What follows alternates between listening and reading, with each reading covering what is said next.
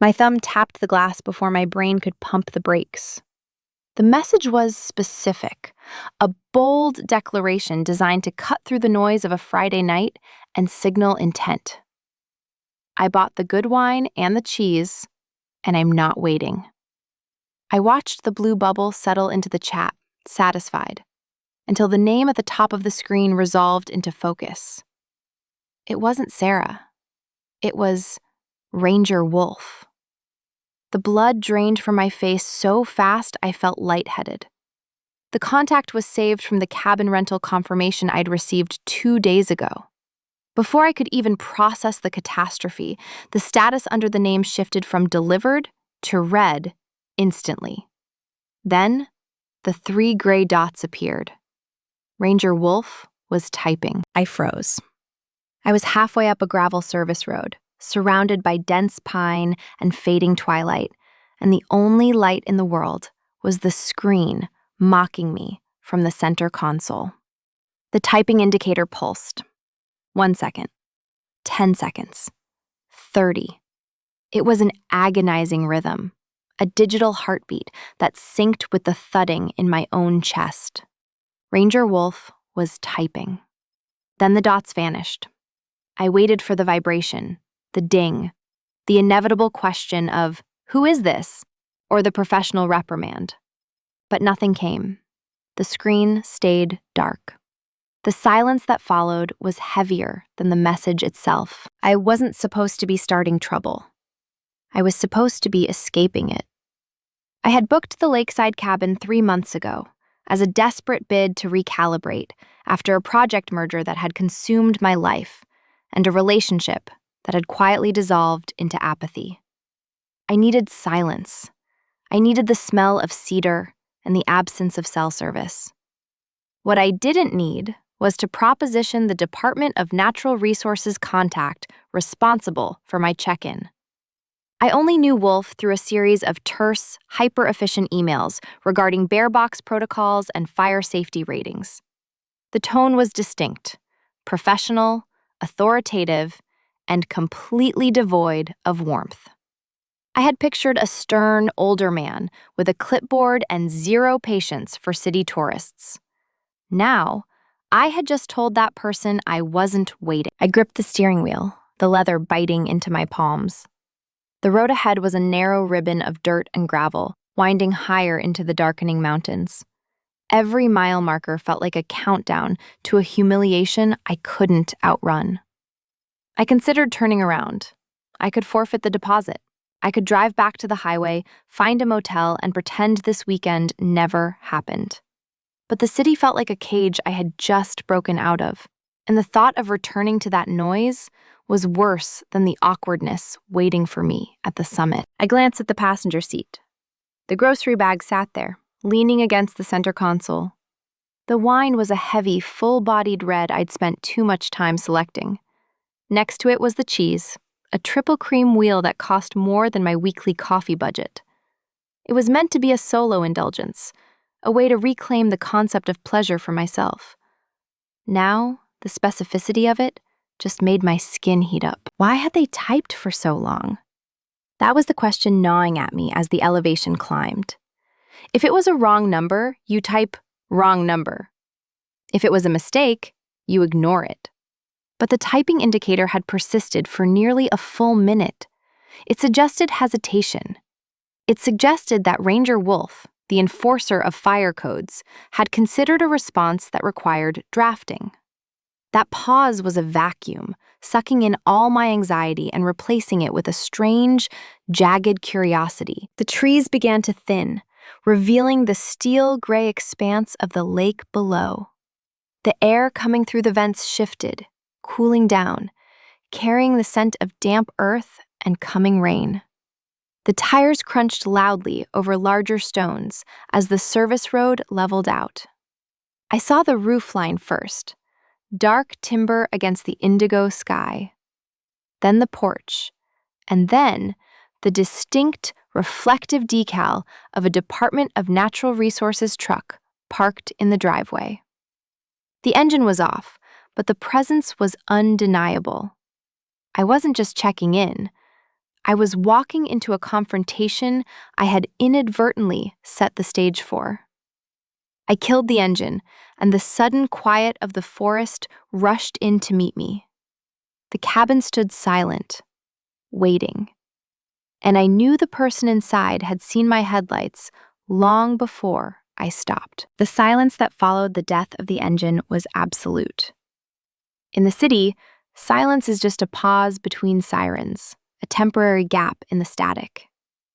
Here, it was a physical wait.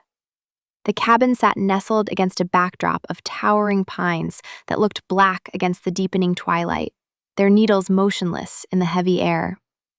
Beyond the structure, the lake stretched out like a sheet of hammered lead, glass calm and unnervingly still. It reflected the few stars daring to poke through the cloud cover, creating a doubling effect that made the world feel inverted, vast, and indifferent to my presence. The only sound competing with the blood rushing in my ears was the rhythmic, metallic ticking of the Department of Natural Resources truck parked in the driveway. It was cooling down, which meant she hadn't been here long. The vehicle was a beast of utility, mud-splattered wheel wells, a winch on the front bumper, and a radio antenna whipping slightly in a breeze I couldn't feel. It was an intrusion of authority in a space I had rented for solitude, a reminder that even in the middle of nowhere, there were rules, and there were people who enforced them. I opened the car door and stepped out. The air hit me instantly, cold, crisp, and saturated with the scent of pine needles and damp, decaying earth. It was a grounding smell, sharp enough to clear the recycled air of the drive from my lungs, but it did nothing to settle the adrenaline spiking in my veins. I reached back into the passenger seat and grabbed the grocery bag. It was a reflex, a need to have my hands occupied. But as soon as my fingers closed around the paper handles, I realized the mistake. The neck of the wine bottle poked out the top, a dark glass accusation. The good wine. I was literally carrying the evidence of my mortifying text message toward the person I had sent it to. Movement on the porch caught my eye.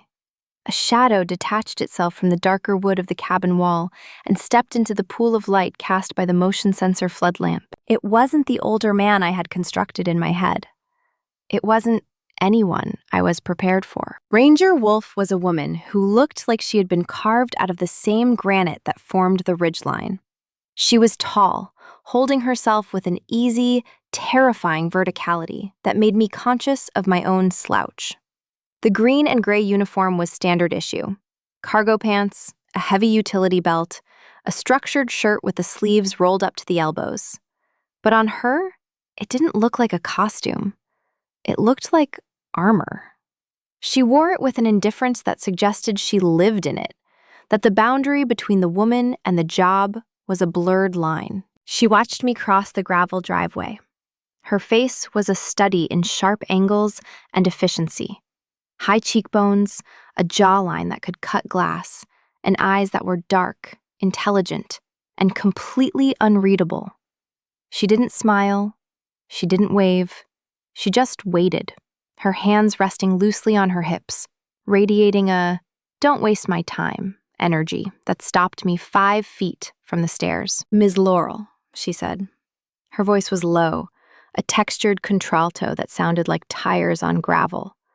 It wasn't a question. It was a verification of a file she'd already memorized. "Ranger Wolf?" I managed, my voice sounding thin in the open air. "I didn't expect a welcoming committee." "Propane check," she said, her tone clipped. "Pilot light on the water heater has been finicky. Need to make sure you don't blow the place up before you unpack." She turned slightly, the motion fluid and economic, indicating the door. She was all business. She was ignoring the text. She was giving me an out, a professional grace period to pretend I hadn't propositioned her 40 minutes ago. I should have taken it. I should have walked past her and talked about the water heater. But the tension in my chest was a coiled spring, and the silence felt dishonest. "Look," I started, the words tumbling out before I could filter them. "The text, earlier, it was a contact error." Wolf didn't speak immediately. She turned back to face me, her gaze dropping from my eyes to the grocery bag in my arms. She looked at the neck of the wine bottle, then at the shape of the cheese wheel pressing against the paper. She wasn't looking at groceries. She was looking at the confirmation. Slowly, her eyes traveled back up to mine. The corner of her mouth twitched, a microscopic break in the professional mask. The air between us thickened, shifting from the awkwardness of a mistake to something far more volatile. She knew. She knew exactly what I had offered, and she knew I was standing there holding it. "Right," she said finally, the word landing with a soft thud. "A wrong number." She held my gaze for a second longer than necessary, her eyes dark and searching, stripping away the excuse. Then she stepped aside, gesturing to the cabin door. "After you," she said. "Let's check that pilot light." The interior of the cabin was a lesson in forced intimacy. From the outside, the structure had looked rustic and sprawling, but inside, it was a tight, efficient box of cedar and stone, designed to keep the heat in and the world out. I stepped into the kitchenette, the linoleum creaking softly under my boots, and placed the grocery bag on the small butcher block island. The sound of the glass bottle clinking against the wood was too loud in the small space, a sharp reminder of the tension I had carried through the door. Wolf followed me in, and the room immediately shrank. She brought a cool draft that swirled around my ankles, carrying the scent of damp pine and ozone that clung to her uniform. The kitchenette was designed for one person to make coffee, not for two people to navigate a complex social minefield. I pressed my lower back against the edge of the counter, crossing my arms to create a barrier, trying to look casual while my heart hammered a frantic rhythm against my ribs. "Stove," she murmured, moving past me. She didn't excuse herself. She didn't apologize for the lack of space. She simply navigated the gap between the island and the counter with a spatial awareness that was impressive to watch. She was close enough that I could see the texture of the fabric on her shoulder, the slight wear on the collar of her uniform. She knelt in front of the vintage gas range, her movements fluid and calibrated. I watched her work. There is something inherently disarming about watching a woman who knows exactly what she is doing with her hands. She pulled a small flashlight from her belt, the beam cutting through the dim amber light of the cabin, and peered into the recesses of the stove. Her hands were gloveless now, revealing long, capable fingers that manipulated the control knobs with precision. She wasn't fumbling. She wasn't guessing. She was diagnosing the mechanical heartbeat of the cabin with a focus that was mesmerizing. "You're here for the weekend?" she asked without looking up. Her voice vibrated against the metal cabinet she was inspecting, low and resonant. "Just the weekend," I confirmed. Needed to get out of the city. Wolf turned a knob, and the pilot light caught with a soft whoosh of blue flame. She adjusted it, watching the color of the fire. Short trip for that much drive. Most people don't come up this high unless they're planning to stay a week. Or unless they're hiding. She stood up then, unfolding her height in a way that felt deliberate. She turned to face me, leaning back against the stove she had just fixed, crossing her arms to mirror my posture. The distance between us was less than 3 feet. In the quiet of the cabin, with the refrigerator humming its low, steady monologue, 3 feet felt like nothing. "I'm not hiding," I lied, though the defensive edge in my voice gave me away. "I'm recalibrating." Wolf arched an eyebrow, a slow, skeptical movement that said she had heard every variation of that excuse before. Her gaze drifted to the grocery bag on the island again, then back to me. "Recalibrating with a triple cream brie and a vintage Cabernet. That's a specific kind of therapy." "It's effective," I parried, holding her gaze. The challenge hung there, suspended in the cedar-scented air. She didn't smile, but the intensity in her eyes shifted, darkening slightly. She pushed off the stove and took a step toward me. My breath hitched, a traitorous reaction that I hoped she didn't hear. She wasn't coming for me, though. She was reaching for the window latch directly behind my left shoulder. She didn't ask me to move. She simply reached past me. For a second, she was everywhere. Her arm brushed against my shoulder, a solid, warm weight. The scent of her hit me full force, not just the pine and damp earth of the forest, but the underlying notes of wood smoke, rain, and the clean, sharp smell of soap. It was intoxicating, a sensory overload that made my knees feel unstable. She was close enough that I could count the eyelashes framing her dark eyes, close enough to feel the heat radiating from her body through the uniform. The silence between us hummed, a magnetic pull that had nothing to do with the pilot light. My pulse thudded a frantic rhythm against my ribs, betraying the calm I was trying to project. She tested the latch, her movements slow, deliberate. She wasn't just checking the window. She was testing the perimeter of my personal space, seeing if I would flinch. I didn't. I held my ground, breathing in the scent of her, letting the tension coil tight in the small kitchen. "Latch sticks," she said, her voice dropping to a register that vibrated in my chest. Her face was inches from mine as she pulled back, her gaze dropping to my mouth for a fraction of a second before snapping back to my eyes. "You have to force it." "I'll keep that in mind," I whispered. She stepped back, the loss of her proximity leaving the air feeling suddenly cold. The inspection was over, but the dynamic had shifted irrevocably. We weren't stranger and ranger anymore. We were two volatile elements trapped in a wooden box, waiting for a spark. The sky opened up without warning, an assault that hammered against the corrugated metal roof with the violence of shrapnel. Wolf unclipped the radio from her belt as a garbled transmission burst through the static about washout conditions. She listened, head tilted, then keyed the mic to confirm her position. "Roads compromised at the switchback," she said, clipping the radio back. "I'm not getting the truck down until this passes." The inspection was over, but the departure was canceled. We were two people trapped in a cedar box, suspended in the gray light, with nothing to do but wait. We moved to the main room. It was the only logical space, centered around the wood stove that was now crackling with heat. Wolf took the armchair near the hearth, sitting with a rigid, controlled posture that suggested she was ready to spring into action if the roof blew off. I took the sofa, keeping a safe distance, though the room felt shrinking with every gust of wind. The electricity flickered once, then died, plunging us into a gloom illuminated only by the orange dance of the firelight. The shadows stretched long and flickering against the walls. The silence returned, heavier now, weighted down by the storm outside and the unsaid words inside. It wasn't an empty silence. It was dense, filled with the awareness of her breathing, the way her boots rested on the rug, the way her eyes tracked the flames. I watched her. In the firelight, the sharp angles of her face were softened, but her intensity wasn't diminished. She looked like a predator waiting out a storm, patient, alert, and dangerous. The tension was becoming suffocating. I needed to do something with my hands, something to break the magnetic pull of her silence.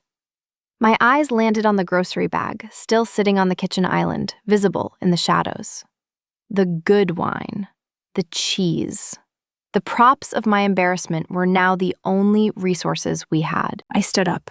Wolf's head snapped toward me, her eyes tracking the movement. I walked to the kitchenette, the floorboards groaning under the sound of the rain. I grabbed the bag and brought it back to the main room, placing it on the rough-hewn coffee table between us. The sound of the paper crinkling was obscenely loud. I reached in and pulled out the bottle. The label caught the firelight, a dark, elegant script that promised complexity and depth. Then the cheese, the wax paper cool against my fingers. I set them down with deliberate slowness, arranging them like pieces on a chessboard. Wolf wins. She watched my hands. Her gaze was heavy, tactile. I could feel it on my skin as I unwrapped the foil from the neck of the bottle. She wasn't looking at the wine. She was looking at the intent behind it. She was remembering the text. I'm not waiting. The words were practically vibrating in the air between us. I wasn't retreating from the mistake anymore. I was leaning into it. I dug the corkscrew out of the side pocket of the bag. The metal felt cold and solid in my palm. I looked up, meeting her gaze across the low table. Her eyes were dark pools reflecting the fire, unflinching, locked onto mine. I held up the opener, a silent question, a challenge wrapped in the guise of hospitality. The storm raged outside, tearing at the trees. But in here, the only thing that mattered was whether she would accept the glass or tell me to stop. I twisted the corkscrew into the foil-wrapped neck of the bottle, the metal biting into the cork with a satisfying, muffled crunch. The sound of the cork popping was sharp, a percussion beat that cut through the steady, drumming drone of the rain on the metal roof. I poured. The wine hit the glass with a heavy, glugging rhythm, dark as ink in the firelight, immediately releasing a bouquet of black cherry, cedar, and damp earth that warred with the scent of wood smoke filling the small room. I poured 2 generous glasses, the liquid swirling against the crystal, catching the orange glow of the stove like liquid garnet. I slid the first glass across the scarred pine table toward her. It scraped softly against the wood, stopping just inches from her hand. I picked up my own, swirling it once, twice, letting the aroma open up before I dared to look at her. I bought it, I said, my voice steady despite the hammering of my pulse, reclaiming the words that had humiliated me an hour ago. So I'm not waiting. Wolf went still. Her gaze snapped to mine, the pupils dilating slightly in the low light. She looked at the wine, then up at me, her eyes dark and unreadable. For a moment, I thought she would refuse. I thought the ranger persona would reassert itself, citing regulations or duty. But the storm had isolated us, cutting the cords to the outside world. Here, in the flickering light, the uniform felt less like a barrier and more like a suggestion. She reached out. Her hand was steady, the skin roughened by work and weather.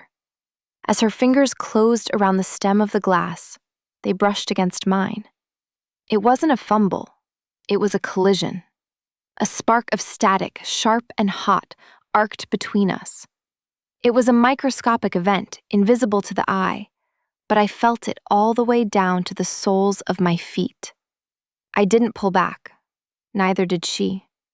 We held the contact for a heartbeat longer than physics required, a silent acknowledgement of the current running through the room. Then she lifted the glass.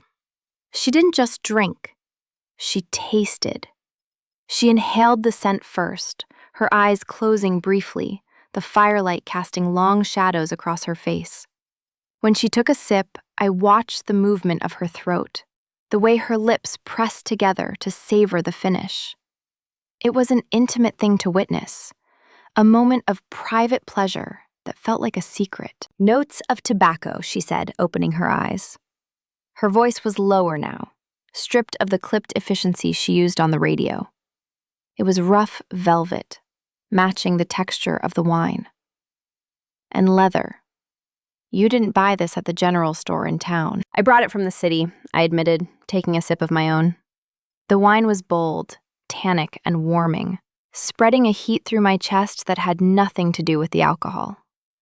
I don't believe in suffering just because I'm roughing it. I turned my attention to the cheese. It was a triple cream wheel, soft and yielding under the pressure of the knife. I cut a wedge, the rich interior bulging against the rind, and placed it on a cracker. I held it out to her. It was a simple gesture, hospitality, but in the charged atmosphere of the cabin, it felt loaded. It was an offering of luxury in a place built for survival. Wolf hesitated, then leaned forward. She took the cracker, her movements precise. She ate it slowly, her gaze never leaving mine. I watched her, mesmerizing by the contrast. The rugged, capable ranger in her utility uniform, indulging in something so decadent. "It's good," she murmured, wiping a crumb from her lip with her thumb. The motion drew my eye to her mouth, and I felt a flush rise up my neck. Dangerously good. "It's just cheese, Wolf," I said, though my voice lacked conviction. "Nothing is just anything with you, is it?" she countered, a ghost of a smile touching her lips. It changed her face completely, softening the severe lines, making her look younger, more accessible. She leaned back, the rigid posture of the ranger dissolving into something fluid and human. "You know wine," I observed, pouring a little more into her glass. "For someone who lives in a cabin that smells like bear spray and wet dog." "I didn't always live in a cabin," she said, swirling the liquid. She looked into the fire, her expression distant. "And I wasn't always a ranger. I had a life before the woods. A life where people drank vintage Cabernet and worried about things like mergers and reservations." "What happened?" I asked, the question soft. She looked back at me, and the intensity in her eyes pinned me to the sofa. "I found something better," she said. "Or maybe I just got tired of the noise." "Is it quiet enough for you here?" I challenged, gesturing to the storm raging against the glass. "Usually," she said, her voice dropping to a murmur. She took another sip, her eyes locking onto mine over the rim of the glass.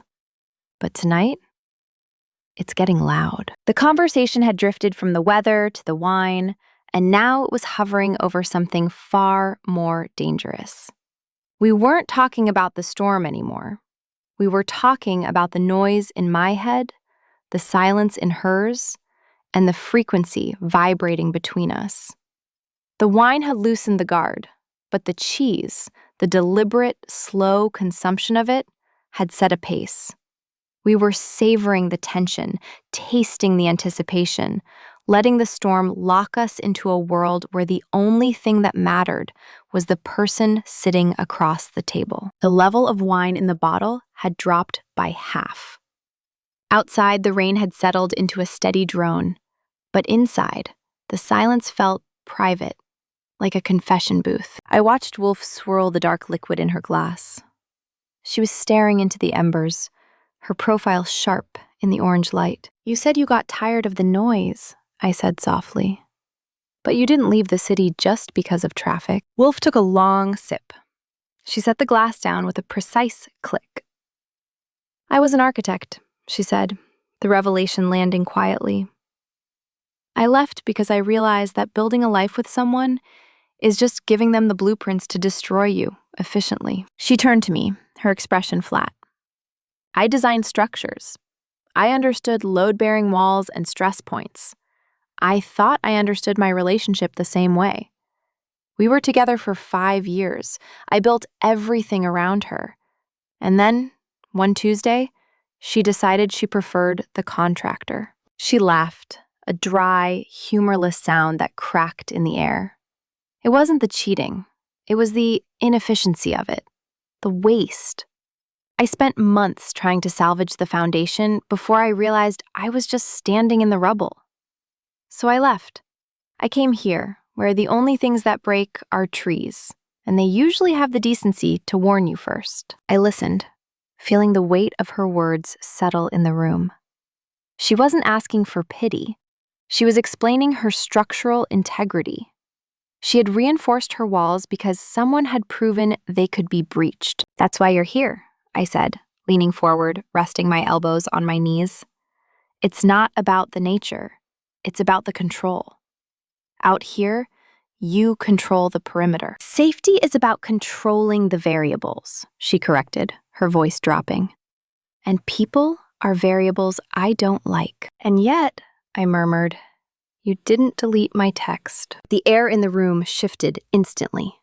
The fire popped, a sharp retort in the quiet. Wolf went still. She looked at me, her eyes dark and dilated. The good wine and the cheese were forgotten. We were back to the source of the tension. "No," she admitted. "I didn't." You typed for a minute, Wolf. That's a long time for a wrong number. She held my gaze, and for the first time, I saw the crack in the armor. It wasn't weakness. It was hunger. I saw the message, she said, her voice rough. I saw I'm not waiting, and for a split second, I wasn't the ranger. I was just wanted. I remembered what it felt like to have someone that impatient for me, to have someone preparing a night like that, with that kind of specific intent. She leaned in, the distance between us shrinking. I typed because I wanted to be the person that message was for. I typed, "Where are you?" I typed, "I'm coming." And then I remembered who I am and where I am, and I deleted it. The confession hung there, raw and vibrating. She had admitted to the desire. She had admitted that the solitude wasn't enough. "You're not healing out here, Wolf," I said, my voice barely a whisper. "You're just hiding. There's a difference between finding peace and just making sure no one can touch you." "Maybe I don't want to be touched," she countered. But the way her eyes dropped to my mouth betrayed her. "I think that's a lie," I said. "I think you're starving." Wolf stared at me, her chest rising and falling with a breath she couldn't quite catch. The emotional intimacy had paved the way for something physical, something inevitable. The air was too thick, the proximity too dangerous. She stood up abruptly, the movement sharp and restless, breaking the line of sight as she began to pace the small room. Wolf stopped pacing and moved to the large picture window that dominated the north wall of the cabin. Outside, the world had been reduced to a chaotic blur of water and wind, the trees thrashing like dark ghosts against the charcoal sky. She stood with her hands clasped behind her back, a posture of rigid military ease, staring out into the black void. But she wasn't looking at the storm. The glass was dark enough to be a mirror, and in the reflection I could see her eyes tracking me as I stood up from the sofa. She was watching the room, watching the firelight flicker against the walls, watching the way I picked up my wine glass and held it, swirling the dregs of the dark red liquid. I didn't stay seated. The energy in the room was too kinetic, a live wire that had been stripped bare by her confession. I crossed the small space, the floorboards warm under my socks, and stopped just behind her. I wasn't close enough to touch, but I was close enough to disturb the air around her. I could feel the radiant heat of her body, warring with the cold draft seeping through the glass.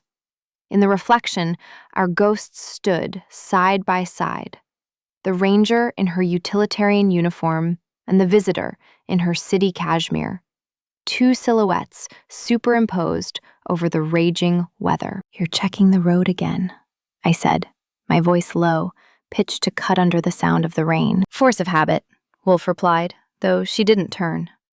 Her eyes in the reflection met mine, dark and unblinking. "Assessing the exit routes. Or you're assessing the threat level inside," I countered. She let out a short, sharp breath that fogged the glass for a second. "The threat level is manageable. It's just unpredictable." "I don't think it's unpredictable at all," I murmured. I took a step closer, closing the gap until I was standing right beside her, shoulder to shoulder. The scent of her, that maddening mix of wood smoke and rain, was stronger here. I think we both know exactly where the trajectory leads. Wolf finally turned. She didn't step away. She pivoted on her heel, putting her back to the cold glass, effectively trapping herself between the storm and me. The movement was fluid, a defensive maneuver that somehow felt like an invitation. She looked down at me, her face shadowed, her expression unreadable but intense. "You're very confident for someone who was terrified 40 minutes ago," she observed, her voice dropping to a resonant hum. "The wine helps," I admitted, lifting the glass slightly. "And the company is improving." "Is it?" She tilted her head, studying me with a clinical fascination, like I was a structural anomaly she couldn't quite solve.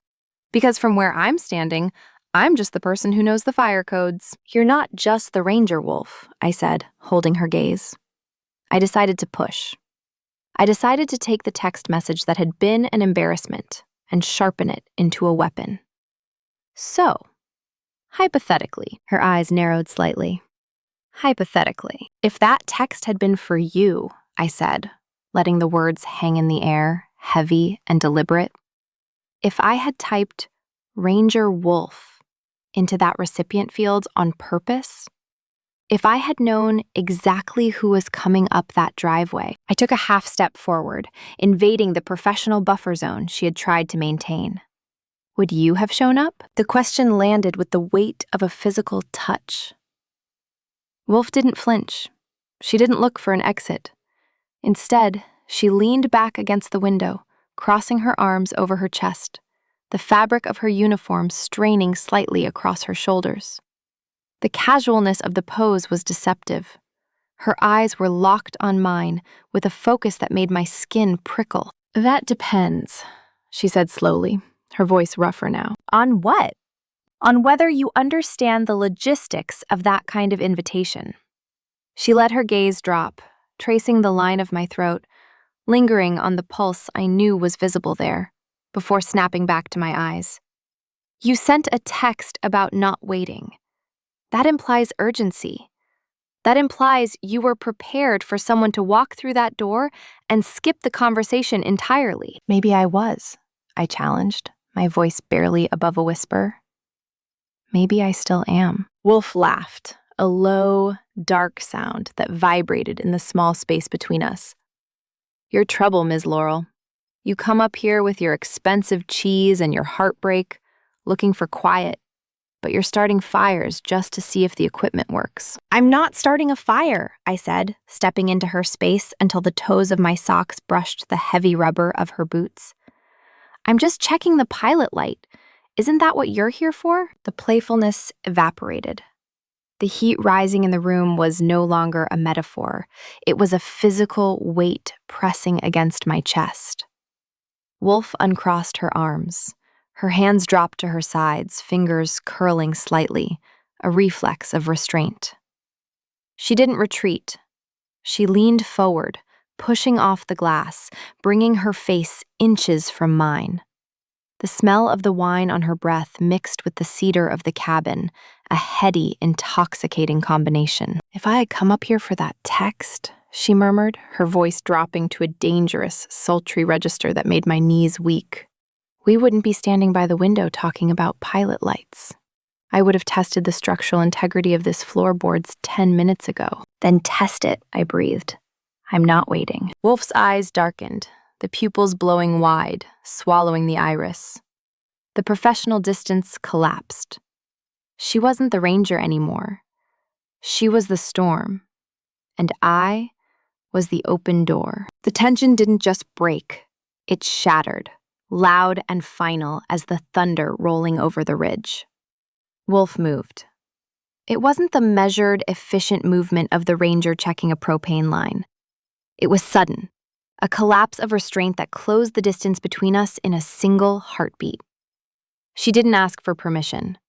The permission had been granted the moment I poured the wine. The moment I challenged her to test the floorboards. She reached out, her hand rough and incredibly warm, cupping my jaw with a firmness that forced my head back.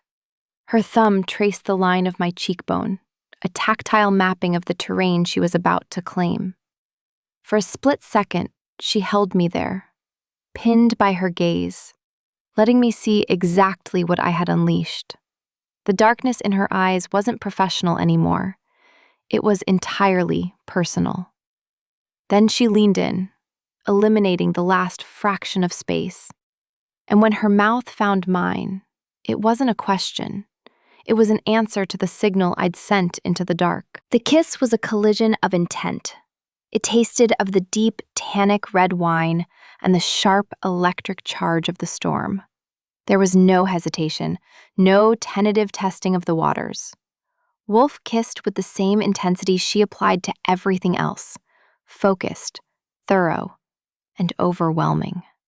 I made a sound low in my throat, a gasp of surprise that was immediately swallowed by the pressure of her lips. The shock of it spiked through me, a jolt of adrenaline that made my hands fly up to grip the sturdy fabric of her uniform shirt. She pressed forward, using her height and the momentum to back me up until my shoulder blades hit the solid pine frame of the window. The cold glass bit into my shirt, a sharp contrast to the searing heat radiating from her body. I was trapped between the storm outside and the force of nature inside. And for the first time in months, the noise in my head went completely silent. There was no merger, no heartbreak, no city burnout. There was only the sensation of her hand tangling in my hair, her other arm wrapping around my waist to pull me flush against her, anchoring me in the present moment. It was a messy, desperate kind of intimacy. My fingers found the back of her neck, digging into the short hair at the nape, pulling her closer, as if I could merge our timelines. The friction of the rough uniform against my silk blouse, the scent of wood smoke and rain filling my lungs, the way her breath hitched when I bit gently on her lower lip. It was a sensory overload that drowned out the rattling of the window pane behind me. Wolf pulled back for a second, just enough to breathe, her forehead resting against mine. Her eyes were closed, her chest heaving against mine, the rhythm of her heart hammering a frantic beat that matched my own. "I'm not waiting either," she whispered, the words ragged, torn from somewhere deep. The confession vibrated against my skin. It turned the mistake into a promise. I opened my eyes to look at her, seeing the flush on her cheeks, the way her lips were swollen and red. The ranger was gone. The woman who built walls to keep people out had opened the gate. "Then don't," I breathed. She didn't. She kissed me again, deeper this time, slower, a sultry exploration that felt less like an explosion and more like a surrender. Her hands moved, mapping the curve of my waist, the line of my spine, possessing the space with a confidence that made my knees weak.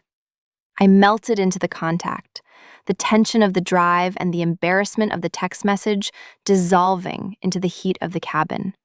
It was a release of the loneliness we had both brought into the room, a physical exorcism of the solitude we claimed to want but had secretly feared. We stood there for what felt like hours, pressed against the window while the rain lashed at the glass, trading breaths and secrets without saying another word.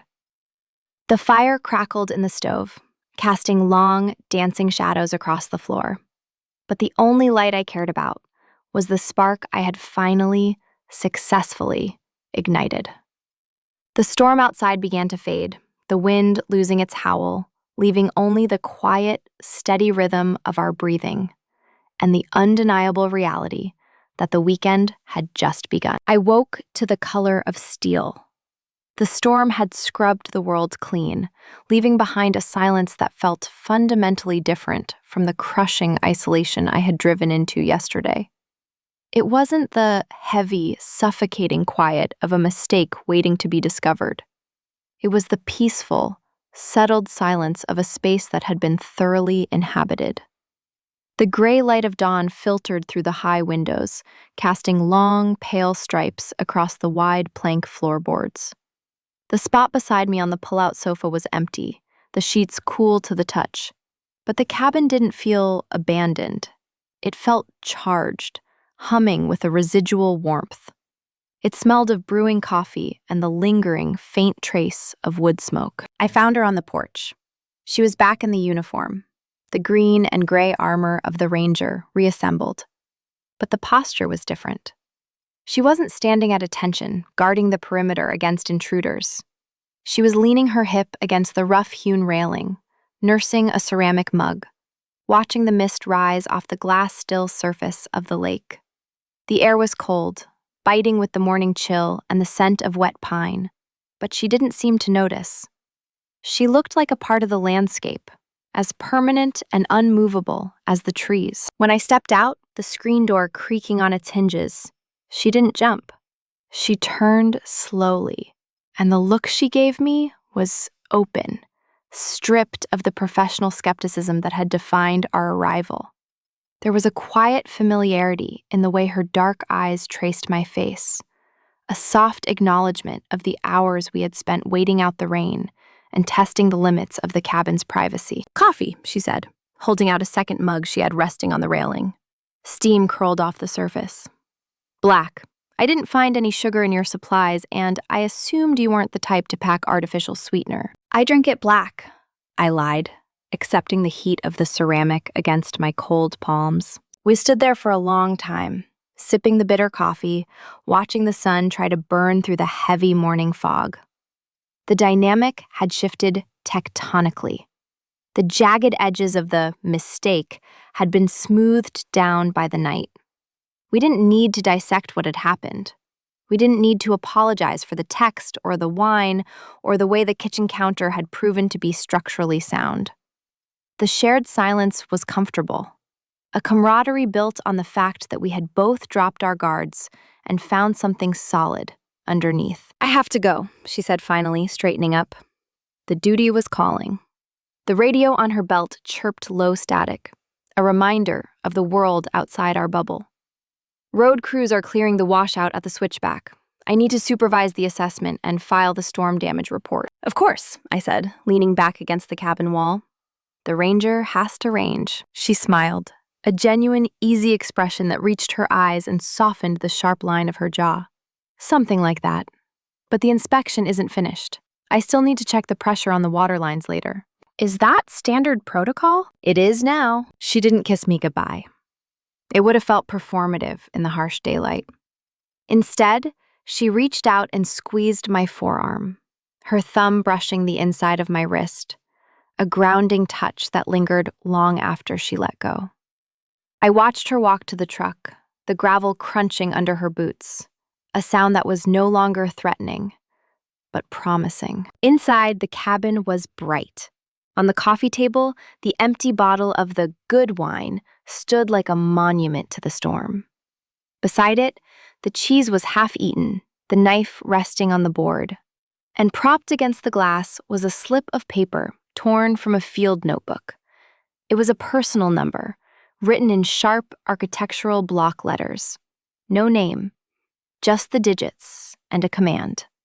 "Use this one." I watched the white truck navigate the driveway and disappear into the tree line. The solitude rushed back in, but it didn't feel like loneliness anymore. It felt like anticipation. I picked up my phone. The screen was bright in the dim room. I opened the chat history, bypassing the old message that had started the panic, and typed a new one. I didn't hesitate this time. I selected the contact Ranger Wolf with a steady hand. "I'm going to need more wine for tonight." The reply came through before I could set the phone down, the 3 dots dancing for only a second. "I'll bring the cheese." I smiled at the lake. The weekend wasn't over. If you've ever found romance where you least expected it, subscribe to Sapphic Legacy for more stories.